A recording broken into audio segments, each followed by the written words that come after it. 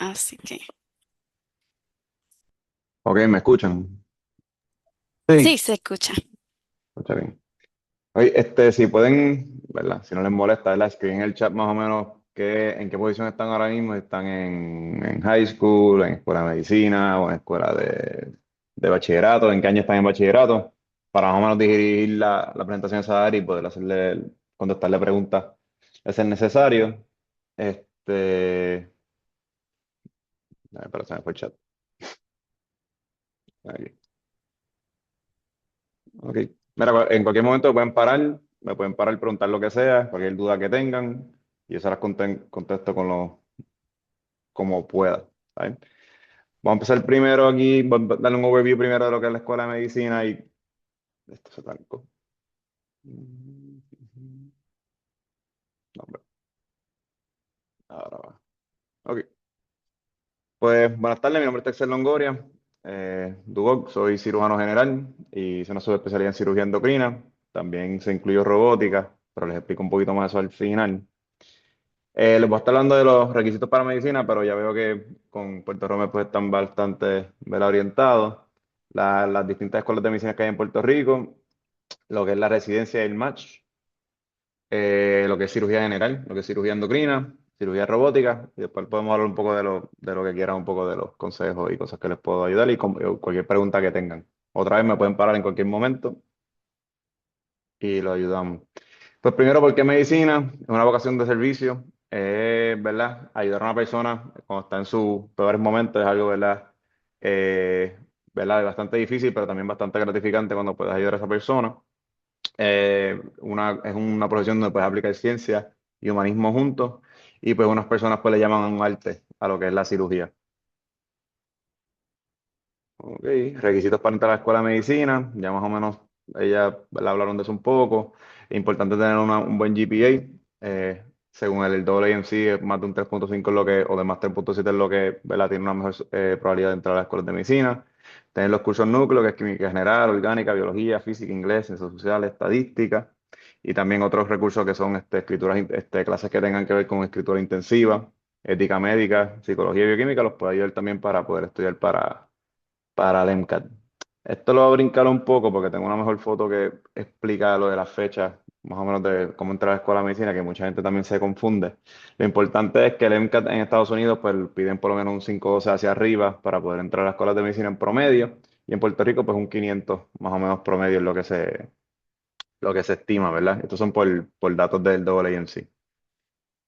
Eh, Cosa bien importante para fortalecer tu solicitud. Esto es una cosa que siempre me preguntan, además de los estudiantes de bachillerato, también los estudiantes de medicina para poder entrar a la residencia.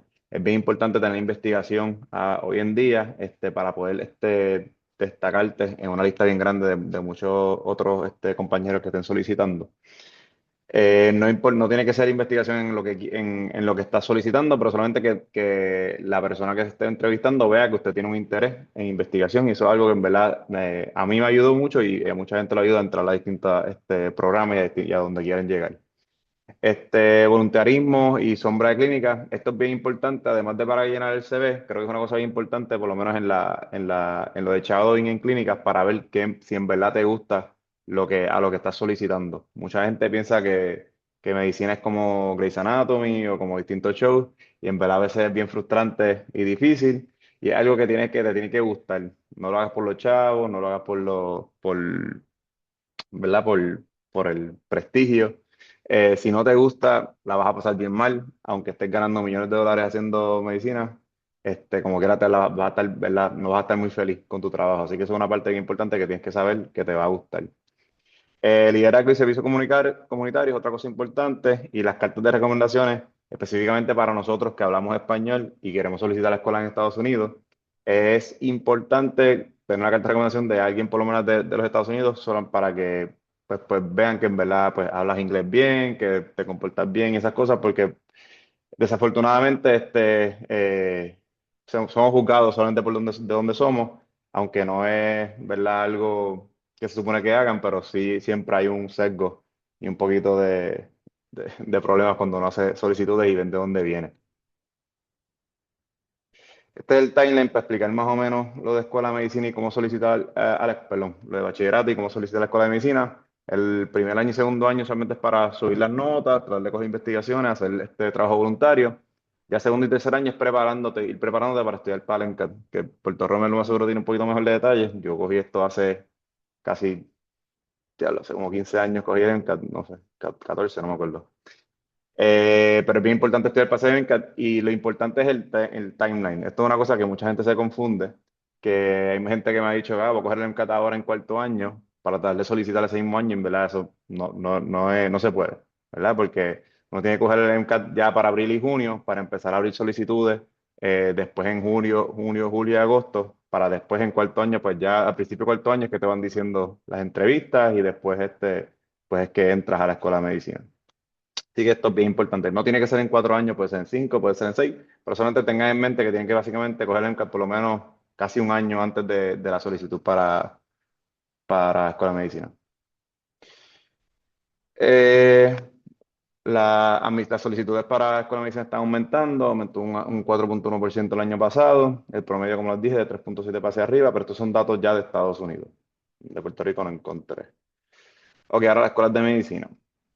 Importante. En Puerto Rico solamente hay 4 escuelas de medicina que están acreditadas por el CME. Eso es una acreditación que viene de los Estados Unidos, que nos hace básicamente, nos convalida que nos parecemos o somos iguales que las universidades de medicina en los Estados Unidos.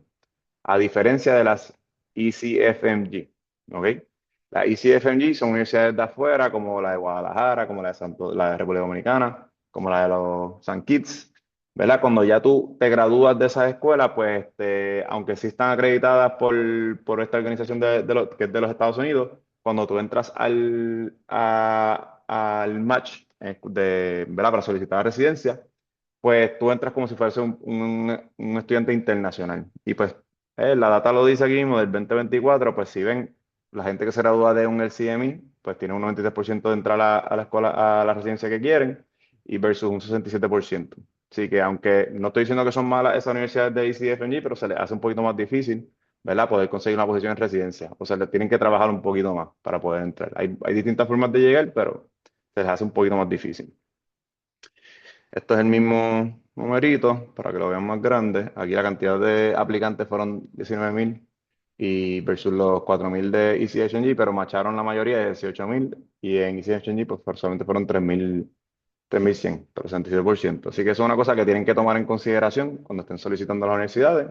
Son cosas que no les van a decir y cosas que es importante que ustedes tienen que saber para cuando van a tratar de escoger la universidad que quieren ir. Esto es un overview más o menos de la escuela de medicina, lo que es. El primer año y segundo año son cosas preclínicas, así que va a estudiar mucho de las ciencias básicas, los fundamentos de cómo se funciona el sistema humano fisiológicamente en estado normal y después en patología, cuando tienes enfermedades, cómo está trabajando el sistema. Al final de tu segundo año ya es que tienes que empezar a estudiar y coger el Step 1. Desde el 2020-22 ya el examen es pass or fail, así que la puntuación no importa. Para mi tiempo, pues tenías que tener una cierta puntuación para poder tú solicitar, no solicitar, pero tener una probabilidad de entrar a las distintas residencias. Cada una tenía su número. Ahora se cambió ahora al Step 2, que el Step 2 es el que ahora pues es el que tiene la puntuación y ese es el que se basan para las entrevistas de las distintas especialidades que tú quieras solicitar. Y esto lo coge de entre tercero y cuarto año de escuela de medicina. Ya tercer año de medicina, pues uno lo que hace es rotaciones en clínica, así que en las generales como cirugía, medicina interna, pediatría, OB/GYN, psiquiatría, medicina de familia. Y ya en cuarto año, más o menos un híbrido de especialidades que tienes que rotar y rotaciones que quieres, a donde quieres solicitar. Y te puedes poner un poquito más subespecializado. Usualmente el cuarto año se usa para rotar en lugares donde tú quieres entrar a ese programa, para darle con una entrevista y que te vayan conociendo y ayudarte en el proceso de solicitud. Como les dije, Step 1 es Pass or Fail, Step 2 ya es 200, tienes que hacer una puntuación de 250 para arriba para tener un resumen competitivo. Y después, pues, Step 3, ese examen de la puntuación no importa, solamente lo tienes que pasar. Y usualmente uno lo coge en su año de interno, que es el primer año de residencia. Ok, ok, esto es el match rate de cirugía general. Ok, aplican perdón, esto está mezclado, ahora me encontré. Ok, estas son la cantidad de posiciones que hay en los Estados Unidos. Hay 52.000 posiciones en Estados Unidos para distintas especialidades y de esas especialidades, pues solamente perdón, de esas especialidades, pues son las posiciones que hay, 52.000. En cirugía, si ven, 98,9% de las posiciones se llenaron completas en el año 2025. ¿Qué significa eso? Se lo voy a explicar ahora en esta tablita de la próxima. Sí, en la próxima tablita. Ah, no la tengo aquí, la borré. Excelente. Nada, lo que significa eso que si todas las posiciones se llenan bien rápido, pues se hace más difícil y más competitivo esa especialidad para entrar. Todas las quirúrgicas son bastante competitivas. Tienes que tener, ¿verdad?, números altos, tienes que tener buenas notas, tienes que tener investigación para que te puedan, verla, coger, porque todo el mundo tiene básicamente los mismos números y pues tienes que buscar la forma de tú poder diferenciarte de los otros candidatos. Pero son bien competitivas en que siempre todas las posiciones se llenan. Así que sí, gente se queda afuera. Pero hay muchas formas de entrar, que después podemos hablar de eso. Espérate, Marco. Ok, ahora vamos a la residencia. Pues la residencia que yo hice fue cirugía general. Fueron 5 años de cirugía general. También hice 2 años de investigación así que fue un total de 7 años mi carrera de residencia. Aquí les estoy enseñando los años de las distintas especialidades. Medicina interna son 3 años usualmente, pediatría 3, neurología 4. Ya ven que las quirúrgicas pues tienden a ser un poquito más largas. Cirugía general, lo mínimo son 5 años, ortopedia son 5, neurocirugía es la más larga, que son 7 años, y ginecología 4 años. Ahora, después de eso, si tú quieres hacer una subespecialidad, que hay varias, hay distintas de todas estas especialidades, pues tienen sus distintos años. Cirugía endocrina, que fue lo que yo hice, fue un año solamente adicional. Cardiología, que viene después de medicina interna, pues son 3 años adicionales. Cirugía plástica son 3 años después de cirugía general y cirugía oncológica son 2 años después de cirugía general. Así que los años se van acumulando. Es una carrera larga, pero con mucho esfuerzo se puede hacer. Todo el mundo lo puede hacer. El que quiera, ¿verdad? Aquí está la tabla del match. Ya hablamos de esto. Vamos a brincar aquí. Pues, ¿qué hacemos en cirugía general? En la residencia, pues rotamos por las distintas subespecialidades, rotamos en trauma, en sala de emergencia, en cirugía oncológica, en intensivo, en cirugía gastrointestinal y hepatobiliar. Es importante rotar por las distintas especialidades porque tenemos que llegar a una cierta cantidad de números de casos.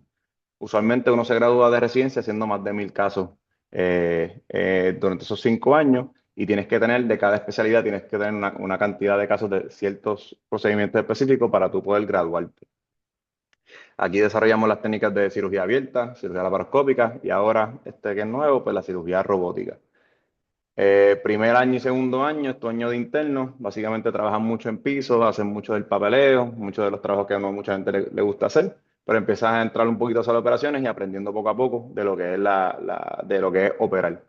Ya tu tercer año, cuarto año y quinto año, pues ya eres como más o menos un senior o un upper level y ahí empiezas a tener un poquito más de autonomía en la cirugía y empiezas bueno, a tener un poquito más de confianza en hacer los procedimientos tú solo. Siempre, ¿verdad? Con alguien supervisándote, alguien ayudándote, pero es algo donde empiezas a tener un poquito más te dejan un poquito más de cuerda para tú hacer los procedimientos. Todo algo que encontré, que salió hace poco, mucha gente la piensa que es el horario lo que crea el burnout, el cansancio, las ganas de irse de un trabajo. Por lo menos en medicina, pues lo que se ha encontrado es que no son tanto las horas, es más el programa o el ambiente en donde tú estés, la cultura que estés. Aquí están los factores de riesgo reales que este estudio demostró que la falta de autonomía en decisiones clínicas, cultura de sufrimiento compartido o cultura tóxica, y ausencia de mentores accesibles y efectivos son las cosas que crean burnout por lo menos en los programas de cirugía general. No se encontró ninguna diferencia, ¿verdad?, en burnout por tanto tiempo, cuántas horas estuviste trabajando, ni cuántos casos tuviste. Pero estas tres cositas son las cosas que sí afectaron y que crearon esta sensación de burnout en los que participaron en este estudio. Así que es importante, ¿verdad?, saber estas cosas para no dejarse quizás cambiar de especialidad porque sabes que va a ser mucho tiempo o porque sientes que va a ser muchas horas, que no vas a tener vida. Y eso es algo que les voy a hablar después sobre cómo uno puede, ¿verdad?, ajustar la vida para pues, tener un buen work-life balance, que eso es una cosa bien importante que debes tener para cualquier cosa, para cualquier trabajo y cualquier especialidad. Este, ¿Vale la pena? Pues sí vale la pena. Como les dije al principio, no hay nada más gratificante que ayudar a una persona que está bien, bien enferma, ayudarla y ver su, ¿verdad? Su, ¿verdad? Su alegría de estar, ¿verdad? Sintiéndose bien. La parte de, entonces de diferencia que veo de medicina y cirugía, pues nosotros vemos cómo una persona se mejora al instante, rápido que hacemos la operación, lo vemos después, ya la persona se siente mejor.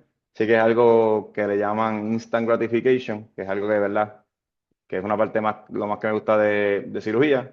A la que le gusta medicina no tengo ningún problema, pero pues medicina usualmente es con medicamento y tienes que esperar un poquito más en lo que vea en lo que el paciente se sienta mejor, ¿verdad? En teoría. Compensación competitiva, no importa, y hay mucha diversidad en lo que uno quiere hacer. Aunque si ve Grey's Anatomy, no sé si usted ve Grey's Anatomy, sé que es el único que me acuerdo, pues en esos programas pues ves que los doctores siempre están en el hospital, no salen del hospital, están todo el día operando, tienen, ¿verdad?, poco vida fuera del hospital. Y eso depende de lo que uno quiera. Uno puede crear ese ámbito, ¿verdad? De estar siempre en el hospital si te gusta, ¿verdad? Si no te cansas, si es algo que te apasiona, pues lo puedes hacer, no hay ningún problema. Pero también hay otras formas de que pues, puedes tener casos electivos nada más y no tienes que estar en el hospital todo el tiempo. Puedes hacer un híbrido entre un poquito de electivo y un poquito de sala de emergencia. Y también pues, puedes hacer investigación nada más, que estás en la academia, en los distintos programas de residencia, y pues haces tus horas de la residencia y te vas para la casa, ¿verdad? Todo, ¿verdad? Tiene su distinta compensación, pero es algo que se puede hacer. Y tú uno puede, pues, ajustar su vida, como uno quiera. Cirugía endocrina. Esta especialidad, su especialidad, ¿verdad? Surgió hace no más de 30 años. Yo diría que fue como el 2000, 2002, por ahí fue que en verdad se vino a hacer como una subespecialidad. Ya había gente en el pasado que solamente hacían casos de cirugía endocrino, pero que cuando como que se formó como un programa, pues fue hace menos de 30 años. Pues lo primero que tenemos que saber es lo que es la cirugía general. Pues la cirugía general trata mayormente de todo, un poquito de todo. Tratamos mucho el tracto gastrointestinal, así que obstrucciones, cáncer de colon, cáncer de intestino, hernia de pared abdominal, masas de tejido blando, también son cosas que tratamos, y traumas y emergencias como lo que son las vesículas, las apendicitis, perforaciones de intestino, obstrucciones de intestino, pues son cosas que mayormente el cirujano general trabaja. Eh, También los cirujanos generales hacen cirugía endocrina, ya pueden hacer tiroides, pueden hacer paratiroides, pueden ser adrenales, pero ¿verdad? Tienen menos números o menos cantidad de casos en eso. Y por eso pues que uno hace una subespecialidad para poder tratar de conseguir esos mayor número y tener más experiencia con casos más complejos. Yo hice mi fellowship en Weill Cornell en Nueva York. Esto es un programa de un año. Estuve la mayor parte del año en Cornell, pero estuve como 3 meses rotando también lo que es Memorial Sloan Kettering, que es un centro de cáncer bastante reconocido, donde hacían casos, ¿verdad?, bastante complejos. El enfoque mío fue en tiroides, paratiroides adrenales, también en tumores neuroendocrinos y la cirugía mínimamente invasiva. Fue lo que mayormente ¿verdad?, practiqué durante mi año allí. Me encantó mucho el programa, tuve ahí un año, hicimos un montón de casos, y lo que tú quieres ver es números, ver muchos números para cuando tú vengas a trabajar, pues te sientas cómodo haciendo los distintos casos. Cuando digo casos difíciles, pues cánceres de tiroides que son, ¿verdad?, bien grandes, cánceres de tiroides que están invadiendo distintas estructuras. En las paratiroides son unas glándulas que están detrás de la tiroide que son bien difíciles de encontrar en muchos casos, pero eso fue el caso que yo más hice durante ese programa, así que vi un montón y pues me siento bien cómodo haciendo ese procedimiento, al igual que las adrenales. Hacíamos adrenales todas las semanas y pues es una cosa que uno pues, después de hacer muchas, pues se siente mucho más fácil. Sí, más o menos de lo mismo. Otra cosa que sí aprendí mucho, que aquí no se ve mucho en Puerto Rico, es un enfoque multidisciplinario. Todas las semanas habían reuniones con endocrinólogos, con oncólogos, con nefrólogos, para discutir casos difíciles o casos complicados para tratar de llegar a un acuerdo en cómo ese paciente se debe manejar. Si se debe operar otra vez, si debemos de dar más quimioterapia, si hay que darle radiación. Y pues ver la perspectiva de los de las distintas especialidades, pues uno en verdad empieza a aprender un poquito más de por qué ellos toman ciertas decisiones en ciertos casos y por qué nosotros tomamos estas decisiones y pues llegamos a, no un happy medium, pero nos entendemos mejor y pues es mejor para el paciente, porque tienen las perspectivas de ambos lados, a diferencia de cuando solamente una persona la está manejando y lo manda para otro lado y no se discute nada, se pierde la información, el otro médico pues le dice otra cosa y pues el paciente se siente un poquito incómodo porque hay mucho contradicciones en su cuidado. Y eso es algo de la que aprendí, que pienso que eso es algo que se hace aquí en Puerto Rico, pero es un poquito más difícil, vamos a ponerlo así. Se trancó otra vez. Aquí. Ok, pues la importancia de los cirujanos endocrinos. La mayoría, de un 50-60% de los adultos en Estados Unidos tienen nódulos de tiroides. De esos, de un 5 a 15% son cánceres de tiroides. En las paratiroides, pues 7 de cada 1000 pacientes pues tienen hiperparatiroidismo, que es una condición que el calcio lo tienes bastante elevado y te acelera lo que es la osteoporosis, te aumenta las calcificaciones en el corazón, así que te puede dar condiciones cardíacas más temprano y te puede dar muchas piedras en los riñones. Mucha de la gente que tiene piedras en los riñones, solamente, además de ver la mala dieta, hay muchas veces que ya tienen un problema con las paratiroides que le crean piedras de calcio en los riñones y pues les da ese problema y hay muchas veces que no saben que es por eso. Y lo otro son las adrenales que ahora estamos encontrando con las nuevas tecnologías en los CT, que ahora se pueden ver mucho mejor las glándulas adrenales, pues estamos encontrando un nódulo y no sabemos qué hacer con ellos. Pues por eso los cirujanos endocrinos pues ya se han ido bastante involucrando en el manejo de esas glándulas y viendo a ver cómo es que se pueden tratar. Es importante que nosotros, ¿verdad? Como somos, como les dije, son muchos casos, repetitivamente el mismo caso muchas veces, pues las complicaciones son mucho menores. Una complicación, ¿verdad? No común, pero que puede ser bien malo para el paciente, es el daño al nervio recurrente, el nervio laringeo recurrente, que es el que controla las cuerdas vocales aquí en la tráquea, que se puede dañar durante una recesión de paratiroides o una recesión de tiroides. Y eso es una parte, ¿verdad? Bien importante que siempre durante la cirugía, pues se tiene que proteger y se le tiene que explicar al paciente que eso es lo más que tenemos que evitar, dañar ese nervio. Como les dije, el volumen ayuda a disminuir las tasas de complicaciones y un equipo multidisciplinario como les describí ahorita.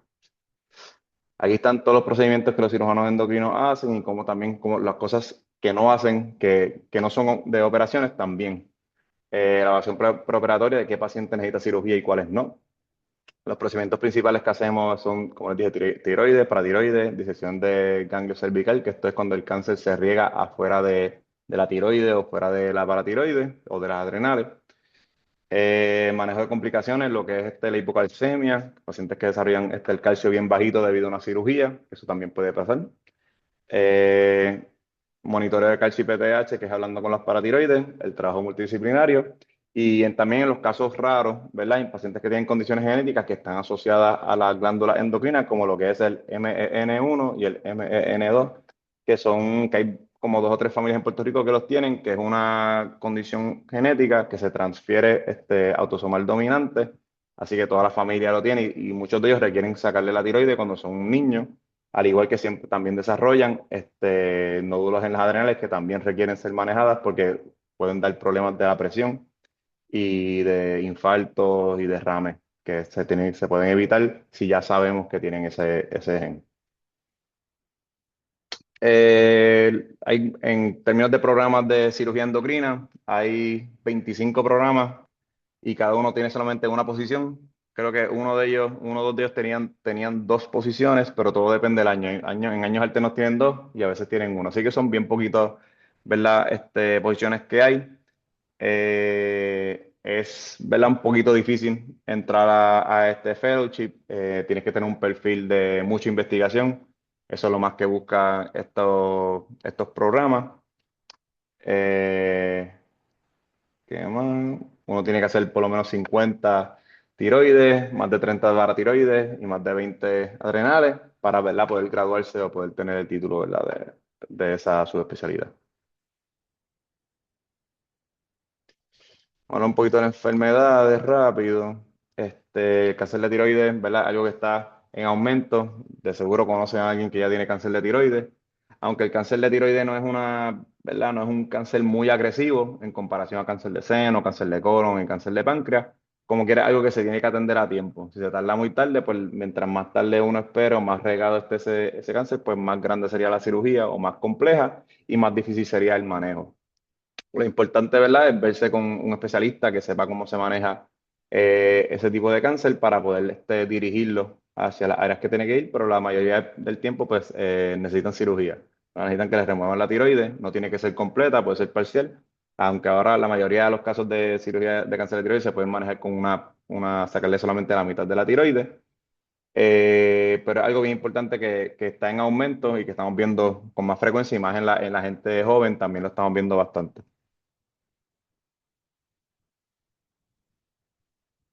Son más o menos de lo mismo, hablando de la anatomía de la tiroides, las paratiroides, las adrenales.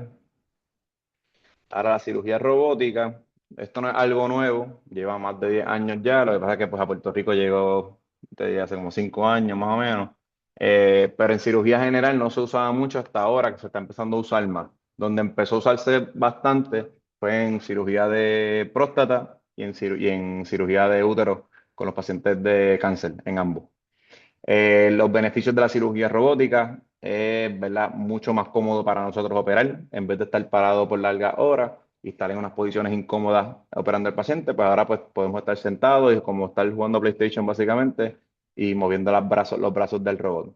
El robot no opera solo, el robot no se mueve solo. Si tú te sales de la silla, el robot no se puede mover, no se mueve para nada. Así que no es que el robot te opera, es solamente es como si fuese la paroscopía, es otro instrumento más para usar para hacer la cirugía.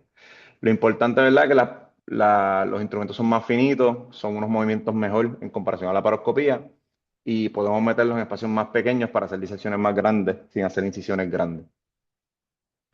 Los problemas, ¿verdad?, que tenemos con el robot es el costo, que hablamos de eso ya mismito. Aquí, ¿verdad? ¿Quién puede entrenarse en cirugía robótica? Pues el cirujano general, el ginecólogo, el cirujano bariátrico, el urólogo, el cirujano colorectal y los ENT o los de cabeza y cuello. Es bien importante, ¿verdad? No dejan a quien sea usar el robot. Tienes que ir a unos cursos, tienes que coger unos módulos, tienes que entrenarte y ser aprobado por la compañía. Que en el caso de Puerto Rico, el único robot que hay en Puerto Rico es el Da Vinci. Así que, que los dueños del Da Vinci son Intuitive. Así que ellos te tienen que certificar a ti en que puedes usar el robot. No puedes ir, tú te graduaste ayer, nunca has visto el robot, sentarte en el robot y usarlo porque no te van a dejar, ¿verdad? Además de problemas legales, es que si no sabe usar el sistema, no sabe usar los botones, puede hacerle daño a alguien. ¿Qué procedimiento yo hago por el robot? Pues la mayoría que estamos haciendo ahora es adrenales por robot. También tiroides, pues, todavía no he podido hacer ninguno aquí, pero estamos en proceso de desarrollar un programa para poder hacer tiroides por robot y también las paratiroides.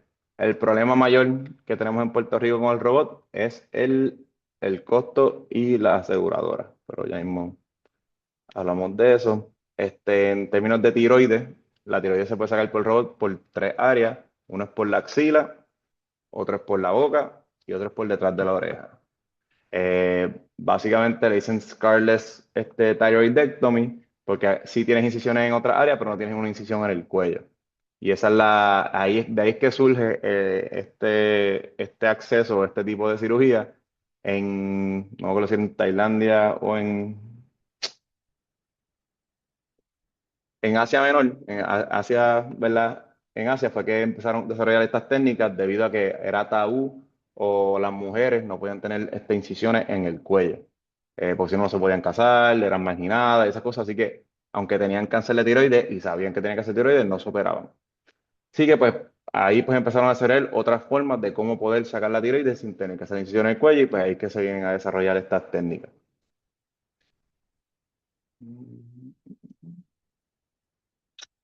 Eh, Futuras cosas que vienen para la cirugía endocrina, pues es la ablación por radiofrecuencia, que ya está, pero también el mismo problema, los planes médicos no lo cubren. Esto es una forma de tú poder encontrar el cáncer y quemarlo con una aguja que básicamente crea un calor bastante fuerte y solidifica ese tumor. ¿Qué pasa? Para eso tienes que ver mucho para hacerlo y también para seguirlo, porque después de que tú quemes ese nódulo, el sonograma va a demostrar una foto, vas a ver el nódulo bien, bien feo, con unas características que parece de cáncer, y lo más seguro es que está quemado, pero una persona que nunca lo ha visto, pues va a pensar que es cáncer y pues va a crearle más estrés al paciente, así que es una cosa que tienes que tener un grupo multidisciplinario que se entrene en esto para poder usarlo mejor. También vienen otras muchas cosas más, que ahora hay unas agujitas que pueden hacerle poros al tumor y entran el sistema inmunológico y quemarlo, pero eso es verdad, en otro foro. Y la IA o la AI, inteligencia artificial, está transformando la cirugía endocrina, pasando herramientas experimentales y soporte clínico real, diagnóstico y decisión intraoperatoria. ¿Qué significa esto? Pues ya estamos usando no solamente en cirugía endocrina, pero estamos usando ya AI para poder hacer mejores estudios o coger data más grande adicional y poder crear mejores estudios para poder entender información grande que estamos desarrollando. También se está usando mucho, ¿verdad? En el robot como tal, ya hay estudios de un robot operando solo, saca una vesícula solo, sin ningún humano que esté controlándolo. Y esto se debe a esto porque el robot se entrena él mismo, viendo a todos nosotros operar, y pues él se entrena y entiende, ¿verdad? Las distintas estructuras y las distintas complicaciones que se pueden crear, y pues eso va a ser el futuro, básicamente. No, esto no, ¿verdad?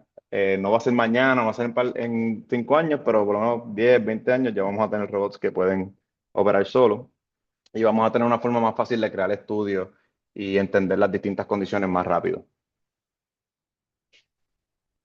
Ok, pues en comparación al robot y la laparoscopía, son comparables en términos perioperatorios, pero se han demostrado estudios de que la robótica la recuperación es mucho más rápida. Ahora, los trade-offs o los problemas que tenemos, pues, es que a veces el costo operatorio es mucho más alto, los planes médicos no lo cubren, en la mayoría de los casos, es una curva de aprendizaje un poquito más alta, aunque sí, perdón, la aprendizaje es un poquito más bajita, la economía es mucho mejor. Y el tiempo quirúrgico, pues tarda un poquito más en cuestión a la paroscopía, porque si el personal que tiene en la sala de operaciones no está entrenado en el robot o no ha visto muchos casos de esos, pues cada paso se vuelve más largo, porque quizás no saben pasar los instrumentos, no saben cómo posicionar los brazos, y todo ese troubleshooting de los casos, pues se vuelve, alarga las cosas. Ya cuando tienes un equipo que ha visto muchos casos de cirugía robótica, pues el proceso se acelera más y pues llega más cerca a lo que es la laparoscopía. Y ya aquí estamos terminando ya. Aquí les voy a demostrar un timeline ¿verdad? De lo que es cómo llegar a la medicina. Pues fase uno, que es bachillerato, son más o menos 4 años. Después con la medicina son otros 4 años. La residencia, ¿verdad? En cuestión de cirugía, pues fueron 5 años, más de 1.000 casos operados. Y en mi caso fueron 7. Yo hice 2 años de investigación también, y después pues un año de fellowship. Así que en total más o menos entre 14 y 16 años fue mi progreso para llegar a donde estoy. No me arrepiento de nada, fue un proceso largo, perdí muchas bodas, perdí muchos cumpleaños, perdí mucho, ¿verdad? Tiempo, pero si, ¿verdad? Te gusta, como por eso les digo, es bien importante que les guste, no lo hagan ¿verdad? Ni por chavo, ni por sentir, por prestigio. Pero si te gusta, vas a llegar y se hace más fácil el camino. Este, Esto es lo mismo que les dije ahora. Demanda emocional y física al principio, después va un poquito a poquito aprendiendo. Es importante el balance de la vida personal y personal, profesional y personal. Y, ¿verdad? Buscar siempre tener un grupo de apoyo para poder, ¿verdad? Lidiar con los momentos difíciles. Pero como les digo, el que le guste, el que le interese y lo quiera hacer, lo puede hacer.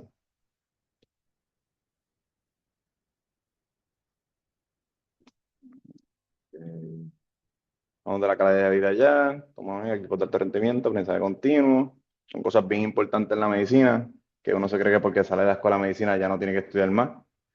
Cada 1 o 2 años los manejos cambian, ya no es como antes. Antes, para suponer, vamos a coger la apendicitis, pues en el pasado siempre había que operar las apendicitis, ya no, ya le puedes dar antibiótico, no tienes que operarla, ¿verdad? Pero tienes que saber los estudios, tienes que saber por qué, a cuáles pacientes sí, a cuáles pacientes no.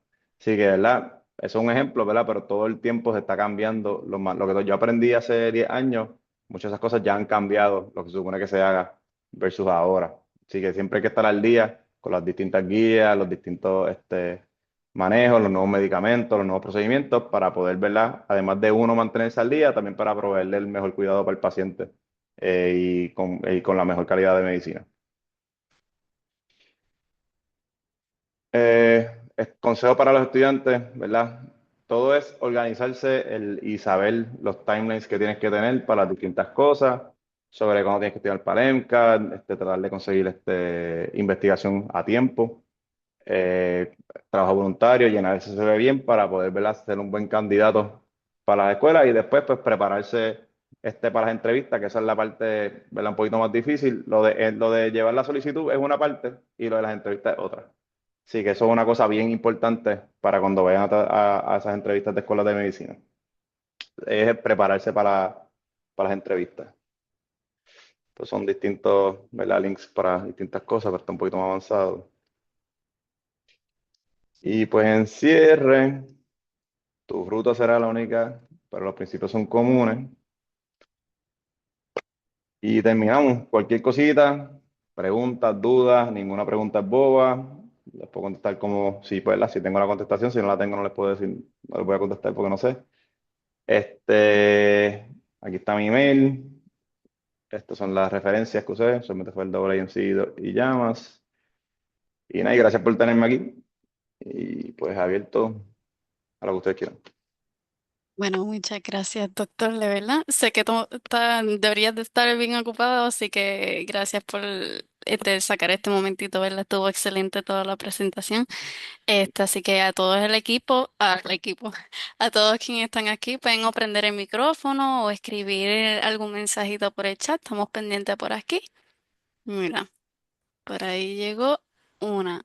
Así. Así que para el proceso así específico de medicina, pues pueden también pasar por la página de Puerto Romet como tal. Pero así, a lo que llega, si acaso alguna pregunta, le quería preguntar, doctor, como que Sí. ahora sé que había mencionado que le empezó a gustar la cirugía general y luego entonces así lo siguió por la endocrina. ¿Siempre ha sido así o pensó de otra especialidad en el comienzo? ¿Han visto la serie House? ¿O son muy viejos Sí, también? yo, House. Ok. yo lo he visto. Ok. Pues la serie House sabe que House, ¿verdad? Que hace todas las especialidades en una. Ujú. Pues yo pensaba que medicina era Prácticamente. así. Medicina era así. Pues medicina no es así. Y cuando entré a medicina, pues yo siempre quería hacer algo, ¿verdad? Quirúrgico, algo con las manos como tal, y pues por eso me dirigí hacia la cirugía general. Me gusta la parte de la medicina también, la parte ¿verdad? De diagnosticar gente y esas cosas, pero siempre me gustó la cirugía. Durante cirugía general residencia, ahí es que yo, pues, porque yo no sabía que existía cirugía endocrina.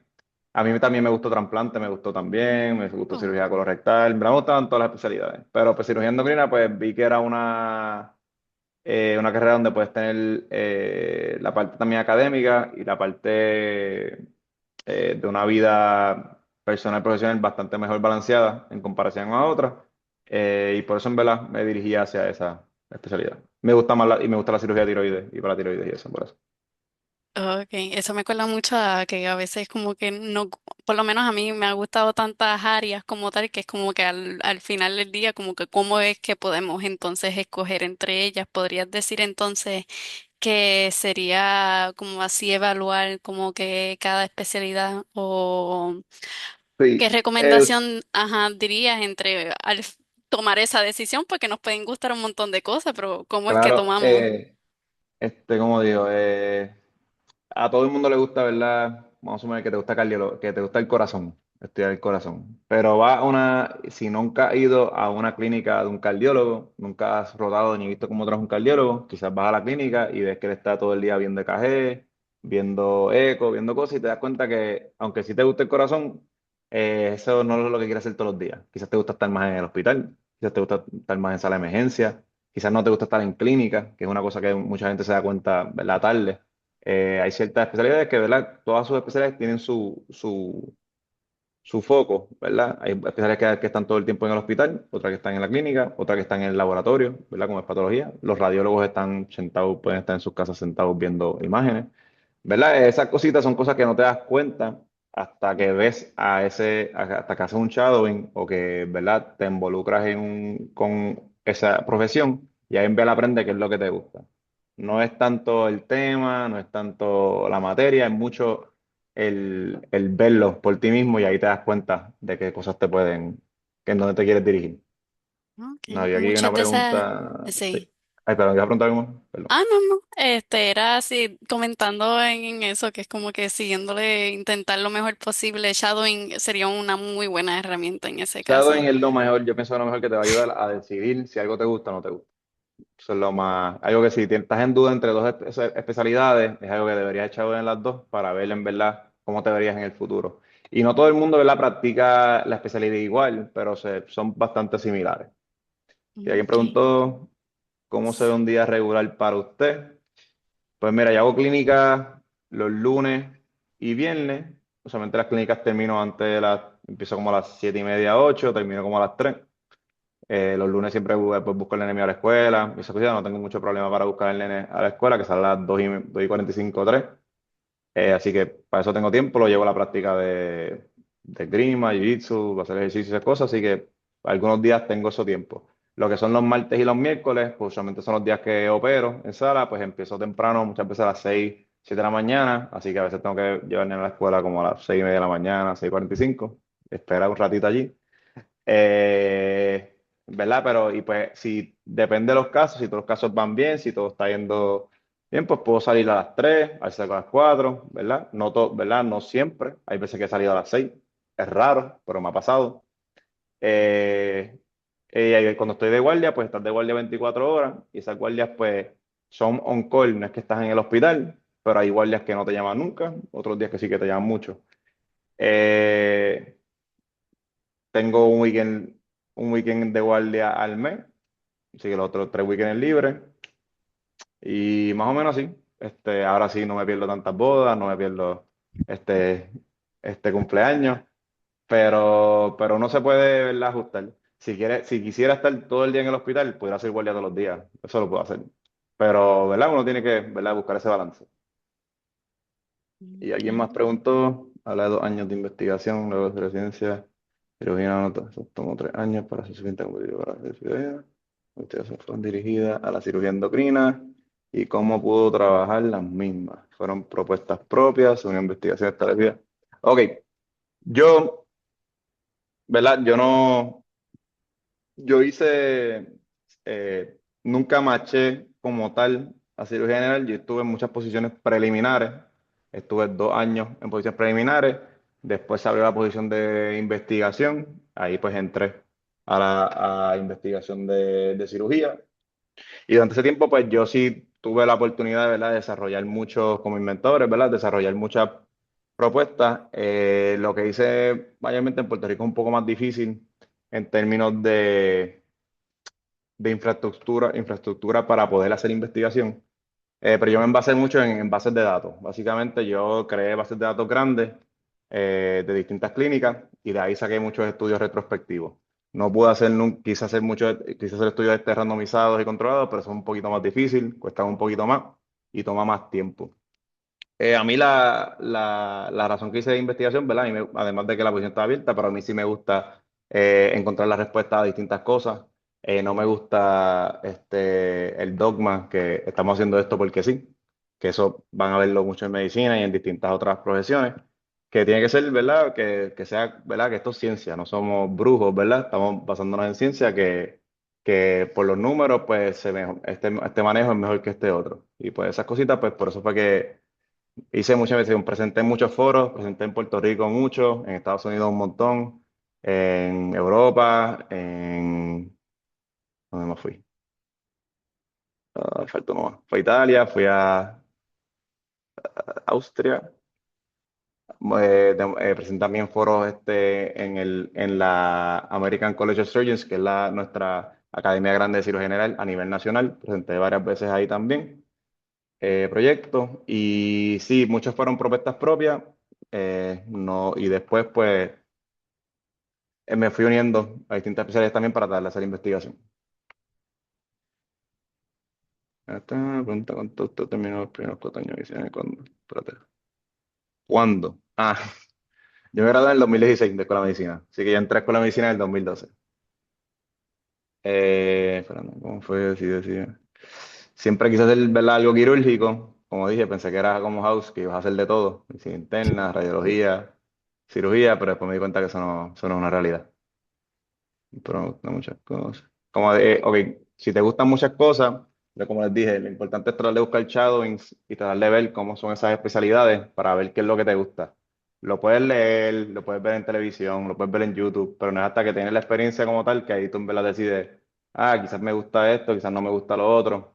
Tenía una estudiante conmigo los otros días que ella quería hacer pediatría, quería hacer pediatría, quería hacer pediatría.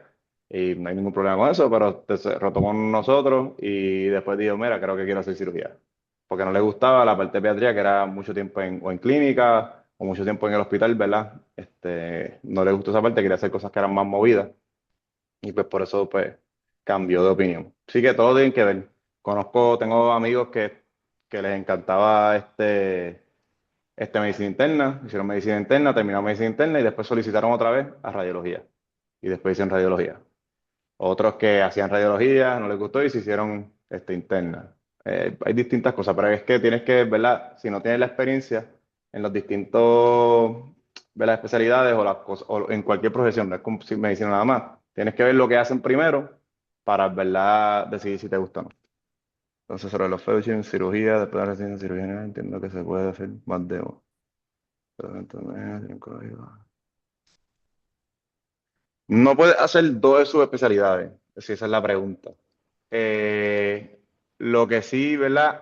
Después de que tú terminas cirugía general, hay muchas especialidades donde puedes solicitar. La cirugía vascular, cirugía torácica, cirugía colorectal, cirugía endocrina, cirugía oncológica, trauma, intensivo, cirugía de mano.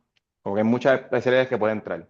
Cada una de ellas tiene su tiempo y su cantidad de número de casos que tienes que tener. No puedes hacer las dos a la vez. Eso no existe. Tienes que, o vas a una, terminas esa y después vas a otra, eso lo puedes hacer. O, pero no puedes hacer dos especialidades a la vez. Eso no se puede. Creo que Caleb fue el que Y preguntó. me engancho Yeah. en esa, como que en Ujú. ese, puedes, o sea, entendí que puedes brincar como que, ok, terminaste esa subespecialidad, terminas esa, entonces ahí puedes continuar a la Bueno, otra, no, no. ¿correcto? Cuando digo terminar, no, tienes que solicitar. Hacer Ok, todo el match sí. otra vez, entrevistas, todas esas cosas otra vez. Todo Ok. el tiempo, más costo en solicitudes, te vas a tener que mudar otra vez, no más seguro. Pero si tú, ¿verdad? Como solicitas a cirugía, entras a cirugía, terminas cirugía y después, pues, si quieres solicitar otra cosa, pues tienes que empezar de cero. No es como que te dan porque tienes una sola especialidad, te van a poner en algún otro lado. Eso es solicitar otra vez de nuevo. Ok. Cirugía oncológica, quizás yo creo que ese es la duda. Cirugía oncológica opera de todo, ¿verdad? Los cirujanos oncológicos se entrenan en cáncer de colon, cáncer de hígado, cáncer de páncreas, cáncer de piel, de seno, de tiroides, de cuello, de todo. Lo que pasa es que antes no existían estas especialidades casi. Cirugía colorectal no existía. Eso es relativamente nuevo. Cirugía endocrina tampoco existía. Cirugía de seno tampoco existía. Primero empezó cirugía oncológica, que era manejar todos los cánceres. Y pues poco a poco se han ido creando programas enfocados en solamente un órgano o un cáncer, porque mientras, como les dije al principio, mientras alguien haga el mismo caso repetitivamente, disminuye las complicaciones y mejora el cuidado del paciente. Si es una persona que hace de todo un poco, no es que es malo, pero pues se pueden fallar, perder un par de cosas y como no hace el procedimiento muchas veces, pues su riesgo de complicación es un poquito más alto en comparación a las personas que lo hacen todo el tiempo. Ok, tienes un procedimiento neonatal. Ok, de neonatal, no sé que tienes que hacer tienes que hacer pediatría primero, 3 años, y yo creo que es como intensivo, así que tienes que hacer como unos 3 o 4 años, creo que son. Neonatal. Lo que pasa es que eso es como intensivo. Y se mezclan varias cositas ahí, lo que tengo entendido. Valeria. ¿Qué pregunta? Pero si estás preguntando de cirugía intrauterina, pues eso es otra cosa. Eso es con OB-GYN, a través de OB-GYN. Tienes que hacer OB-GYN 4 años, después cirugía y después cirugía, no, la cirugía perinatal, no me acuerdo cuál es el término, ¿cómo se llama?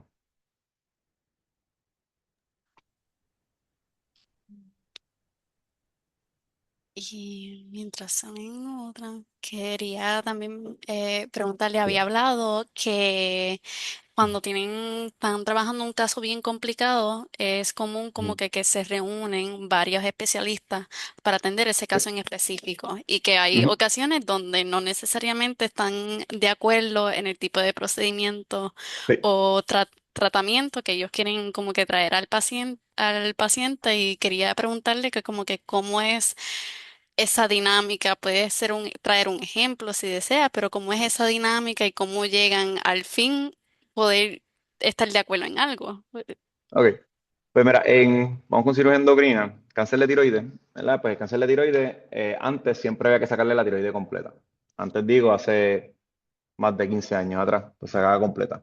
En el 2014-2015, la Asociación Americana de Tiroides, pues sacó unas guías en estudios que dice que demostraron que habían varios estudios ya que demostraban que sacar la tiroide de mitad o completa era lo mismo. La misma sobrevida, el mismo cuidado oncológico, pero disminuía las complicaciones hacer la mitad que completa, ¿verdad? Porque pones dos nervios en riesgo en vez de uno. ¿Y qué pasa? Cuando uno pues saca la tiroides, después lo mandas al patólogo y el patólogo pues la mira en el microscopio y le pone unas características. Y hay ciertas características que sí se saben que se benefician de sacarle el otro lado de la tiroides para poder darle un medicamento que se llama radioyodo, para disminuir el riesgo de recurrencia. Pues esos marcadores de características del tumor pues todavía están en controversia en términos de cuál es el que usamos para darle radioyodo y cuál no. Y pues eso, pues hay muchas veces que los endocrinólogos tienen una idea, o los cirujanos endocrinos también, los cirujanos están, ¿verdad? Todo el mundo, pues depende, ¿verdad? ¿Verdad? Ahí tiene un poquito de experiencia y un poquito de bias en eso. Pero ya hay estudios, ¿verdad?, que demuestran que ciertos marcadores sí, ciertos marcadores no, pero pues ahí viene la disputa cuando tenés tratando de manejar a un paciente.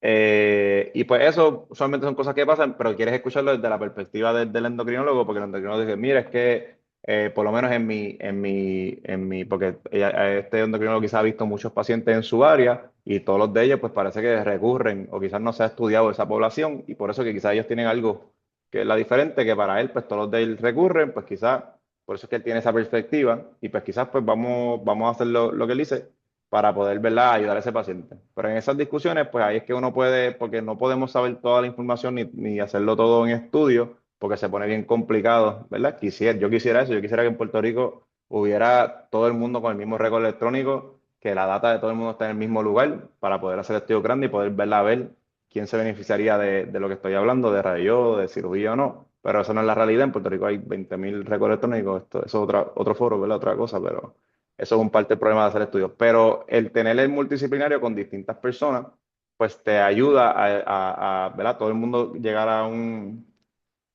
happy medium por lo mejor del paciente. El que se beneficia en eso es el paciente. No le tiene que ver con el médico ni nada. Y por eso es que eso es bien importante tener eso, ¿verdad?, disponible. No sé si eso explico. Vamos. Sí, sí, gracias. Ok, tiempo, ahora explico. Escribí casi. Espérate, ahora me perdí aquí. Juan pregunta. Explico el surgimiento de esta subespecialidad quirúrgica por sistema. Se puede interpretar que un cirujano endocrino es técnicamente un cirujano oncológico. Sí. Si te vas a ver antes, pues sí, hay distintos programas de cirugía oncológica que son 2 años, 2 a 3 años. Tienes que hacer básicamente un año de investigación en muchos programas, pero tienes que coger un órgano y especializarte en ese órgano. Muchas veces pasa. Tú entras a cirugía oncológica, estás todo el año rotando con distintos cirujanos que hacen distintos órganos, cánceres de órganos, cirugía en distintos órganos, y después tú decides, mira, quiero hacer más cirugía de hígado, cirugía de páncreas, cirugía de piel, cirugía de seno. Y pues como que te enfocas en eso. No es que no haces los otros procedimientos, no es que no los puedes hacer, pero quizás te enfocas en un cáncer específico. Porque ahora la información de cada cáncer es más difícil. Ahora estamos llegando a nivel genético, nivel molecular de los distintos cánceres para poder tratar mejor a los pacientes para mejorar su sobrevida. En cáncer de tiroides, antes, ¿verdad? Teníamos solamente 4 cánceres. Bueno, antes no teníamos todo lo mismo, ¿verdad? Cáncer papilar, cáncer folicular, cáncer medular, cáncer anaplástico. Y ya estamos entendiendo que ahora, dependiendo de cada tipo de cáncer, qué gen tiene, qué mutación tienen, pues los tratamientos son diferentes. ¿verdad? Ya estamos llegando a ese punto. Así que es difícil que una persona que hace todos los cánceres entender lo mismo que te estoy hablando de todos los distintos órganos. Es bien difícil estar al día con esas cosas, eso es lo que veo. Y pues por eso, pues, eh, cirugía oncológica, pues sí, está bien. Hay muchos ya subespecialistas de cirugía oncológica. Está el cirujano hepatobiliar, el cirujano endocrino, el cirujano de seno, el cirujano colorectal y el cirujano de... falta uno. Los dermatólogos hacen piel, cáncer de piel. Sí que me entiende que hay muchos, se están subespecializando en ciertas cosas. Entonces, desde el ángulo no médico, más de carácter personal, como hizo para manejar su vida personal, 10 años. Son 16 años, 16 para 17 años de preparación profesional. Es difícil. Hay años que no, hay años, ¿verdad?, que la vas a pasar bien mal. Lo que es el año de interno y tu segundo año de residencia, esos años son malos, bien malos, bien malos, bien malos. Ahí es que tú no ves a nadie. Tú no ves ahí te pierdes todas las bodas, todos los cumpleaños, ahí sí que no hay mucho professional personal time, es bien difícil. Pero después de eso, pues tú vas, también es que uno no aprende a la mala, básicamente. Te crees que todo es trabajo y tú poco a poco te estás dando cuenta que tienes que hacer las otras cosas, pero tienes miedo de fallar en el trabajo y pues son cosas que uno tiene que ir aprendiendo. Eso, ¿verdad? Es una cosa pero es importante tenerlo en la mente siempre, de cómo uno puede arreglarlo. Doctor Longoria, gracias por la conferencia. Voy a hablar un poco de family planning y ese balance con su compromiso de residencia. Tratamiento demanda mucho de parte de su padre. Por su especialidad tuvo que mudarse por año. Sí, mi nene se quedó en Puerto Rico mientras estuvo un año allá en Nueva York. Sí, estuvimos, ¿verdad? Pues separados por años. Jugaba con el Fortnite por, por internet. Pero sí, no lo vi mucho, no lo vi mucho ese año, pero ahora pues estoy tratando de recuperar, ¿verdad? Hace tiempo que no estuve con él. En términos de family planning, si creo que te refieres a tener hijos, pues durante mi residencia de la cirugía general, muchas de las mujeres tuvieron hijos. No es que no se puede, ¿verdad? Un poquito complicado porque además, aunque sí, ¿verdad? Tienes tu tiempo libre con tu nena el mes después del parto, los 2 meses y eso. Como quiera, también tienes que tener una cantidad de casos, que ahí es que viene el problema. Porque no es tanto los años que tú estés en cirugía general, es que tienes que completar una cierta cantidad de casos. Y ahí es que viene el problema. Por eso es que en cirugía, pues, ¿verdad? Se tiene la mala fama, o, ¿verdad? Que están muchas horas en el hospital. Y muchas veces es por eso, porque tú no te quieres graduar sin sentirte cómodo operando. Así que a suponer, viene un caso raro que nunca llega, que llegan 5 o 3 al año, y te llegó, tú te ibas del hospital a las 5 de la tarde y llegó a esa hora. Ahora, ese caso no va, quizás no vuelva a pasar, quizás no vuelva a llegar ese tipo de casos. Si quieres hacer, te quedas o te vas. Y después estás pensando, cuando yo me gradúe y esté en la calle solo y me llegue ese caso, ¿qué vas a hacer? Si nunca lo has visto. Y esas cositas son lo que uno va, ¿verdad? Entendiendo. Su profesión, que no es tanto lo del tiempo, también es parte de cómo tú te quieres desarrollar como profesional y, ¿verdad? Tratar de tener todas las herramientas posibles para tú poder hacerlo cuando estés solo. Pero sí, puedes tener hijos durante residencia. Se complica un poco, pero se puede hacer. Creo que habrá desarrollo significativo en cirugía robótica a nivel isla. Estoy seguro que la comunidad médica lo quiere, pero los impedimentos son... La cirugía robótica no es que va a haber un cambio, esto quizás lo dije mal. La cirugía robótica no es que es un cambio bien drástico en comparación a la laparoscópica. Lo que pasa es que es una extensión, lo tienes que ver es como una extensión de la laparoscopía. Los instrumentos de laparoscopía son rígidos, ¿verdad? Tienen ciertos movimientos que no se pueden hacer, mientras que el robot sí. Pero es el mismo abordaje, usan los mismos trocars, que es por donde tú pasas los instrumentos. Así que mucho lo mismo, lo que sí, pues económicamente es mejor para el cirujano. Ahí el paciente refiere menos dolor en las heridas porque hay menos movimiento, a diferencia de la laparoscópica, que son rígidos, así que lo mueven mucho el aparato abdominal y por eso tienen mucho dolor. Pero el problema con la cirugía robótica para las aseguradoras también no es tanto culpa de ellos, aunque sí es, pero no es tanto culpa de ellos, es que el mismo CMS, que es la agencia que otorga eh, los números y la paga por ciertos procedimientos, no le ha puesto un código a la cirugía robótica. La cirugía robótica no tiene un código que se llama un CPT diferente al de la paroscopía. Es lo mismo. Es el mismo CPT porque no existe. No le han puesto un nombre, un número o un código a lo que sería cirugía robótica de apéndice. Eso no existe. No hay un número para eso. Tienes que usar el código de la laparoscopía. Y pues ahí viene el problema, porque para la aseguradora es el mismo procedimiento, así que porque yo te tengo que pagar adicional. Y pues esa es parte de la disputa que hay con eso. Va a llegar, pero pues es largo el proceso.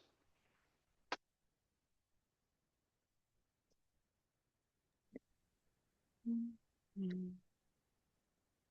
mm, ¿Alguna otra duda, pregunta por acá?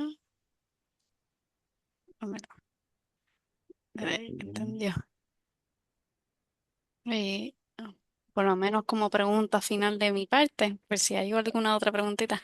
¿Hay algún otro mito que usted ha encontrado sobre respecto, ya sea en términos de residencia de cirugía general o endocrina o el proceso en Cirugía, como tal? cirugía endocrina es bastante chilling, eso no hay ¿Qué? no hay mucho problema ahí. Que cirugía endocrina es bastante tranquilo, no hay Ok. mucho problema.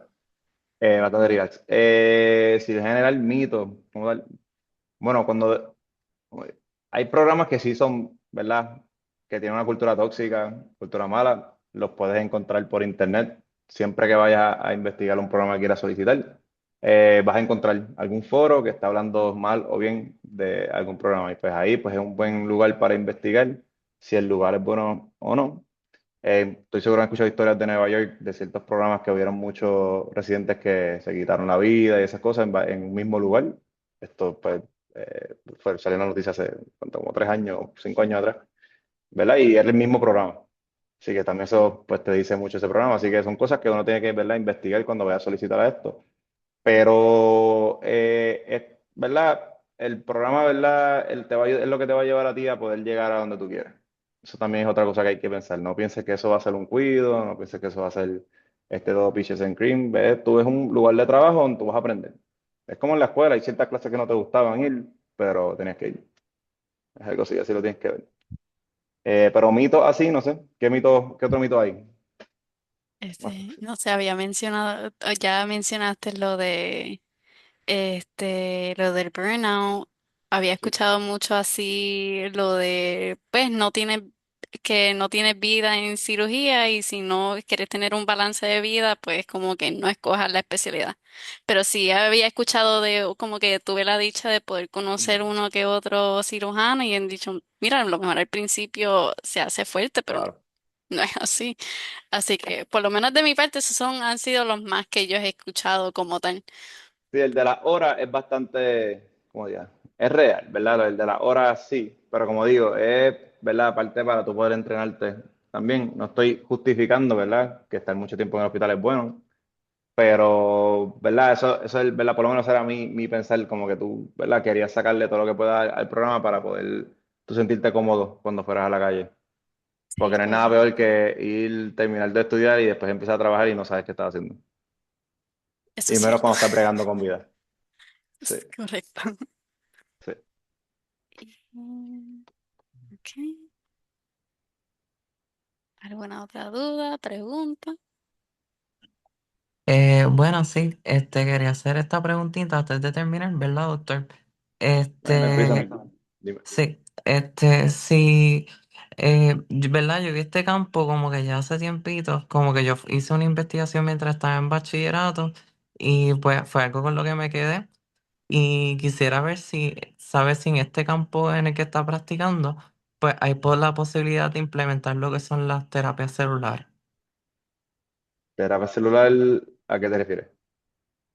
Pues estas terapias, pues, ¿verdad? Según lo que he leído, pues se pueden usar, qué sé yo, como en la regeneración de tejido. Vamos a suponer que un paciente tuviera cáncer Ujú. y pues vamos a suponer que quieren como que corregir este cáncer, pues se implementan como que células terapéuticas para poder corregir este cáncer o para poder Pero estás hacer diciendo, regeneración del tejido. ok, pero estás diciendo de que básicamente preprogramas una célula para matar el cáncer, lo que estás diciendo. Ese Sí, tipo. Eso se está como las investigando. CAR T cells, que esto se Ajá, implementa, pero sí. también las células madres, tal vez como que hacer un tejido para no tener que O sea, poder reparar como quien dice el tejido y no tener que removerlo completo, como en las thyroidectomy y cositas así. Tengo curiosidad de si sabes algo como que cómo se está moviendo No, este campo ahora mismo, o si bueno, todavía eso es lo muy de, futurístico. sí, lo de células madres lleva ya tiempo, se lleva ya desde que estoy en escuela de medicina.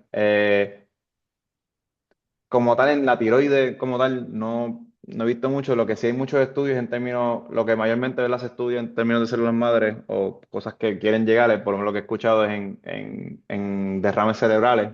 Es una parte bien importante porque sabemos que las células del cerebro no se regeneran, las neuronas, o tienen Ah, una generación bien lenta. Pues eso es un lugar que sí lo están tratando de implementar. No he visto todavía que lo hayan podido hacer, pero es una cosa que están hacer, al igual que en el corazón, tratar de volver a igual, el corazón es un músculo, cuando se muere una parte de ese músculo, eso no vuelve a crecer. Si cuando tú tienes un infarto, pues esa área ya no vuelve a bombear o a apretar.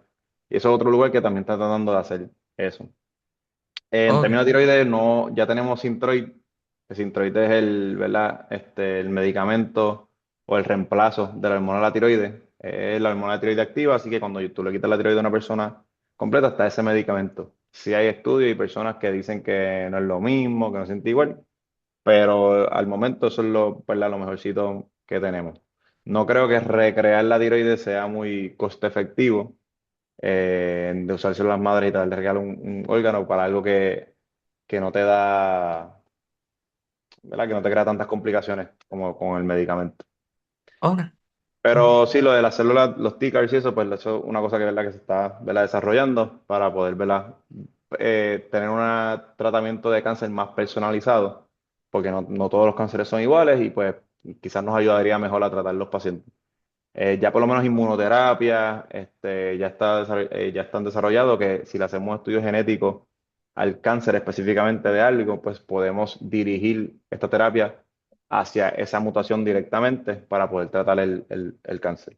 Eso sí, ya eso es lo que estamos haciendo ahora mismo. Eso es lo que hablé ahorita de que tenemos que saber toda la genética ahora de todos los cánceres porque hay distintos medicamentos para cada mutación genética. Ok. Está Pero bien, todo pues se muchas puede gracias. estudiar, no te quites si quieres estar estudiando eso. Todo en algún futuro va a funcionar para algo. Ok. No, eso fue algo que vi en un internado de investigación en un verano, que me quedé como que con esa curiosidad a ver si, pues, si eso se puede implementar también en este campo. Sí, cosas, ¿verdad? Bueno, donde se podría una idea de la sería buena son las paratiroides, que si sin querer durante una cirugía de tiroides sacan todas las paratiroides, pues si hubiera una forma de recrear la paratiroides sería algo, ¿verdad? Bastante, ¿verdad? Que importante. Se han hecho trasplantes de paratiroides, bien poquitas, pero sí se han hecho y han funcionado, pero es algo que beneficiaría a esos pacientes. Ok. Está bien, pues muchas gracias, doctor. Claro.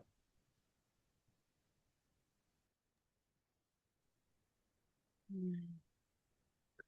¿Alguna otra duda, pregunta?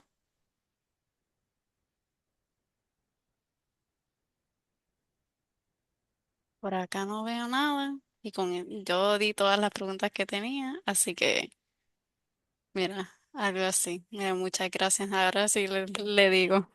Bueno, muchas gracias a todos por estar aquí, por sacar un momentito estar aquí con nosotros. Gracias a ti, doctor, por la conferencia. De verdad la aprecio muchísimo que tomó Claro. de su tiempo en el día de hoy. Así que yo creo, si no hay otra duda o pregunta, yo creo que con esto es. Así que les doy muy buenas tardes a todos. Buenas noches. Algo así. Buenas noches. Buenas noches. Buenas noches a todos y doctor agradecido. Muchas gracias por su tiempo. Gracias a ustedes. Buen día. Buenas noches.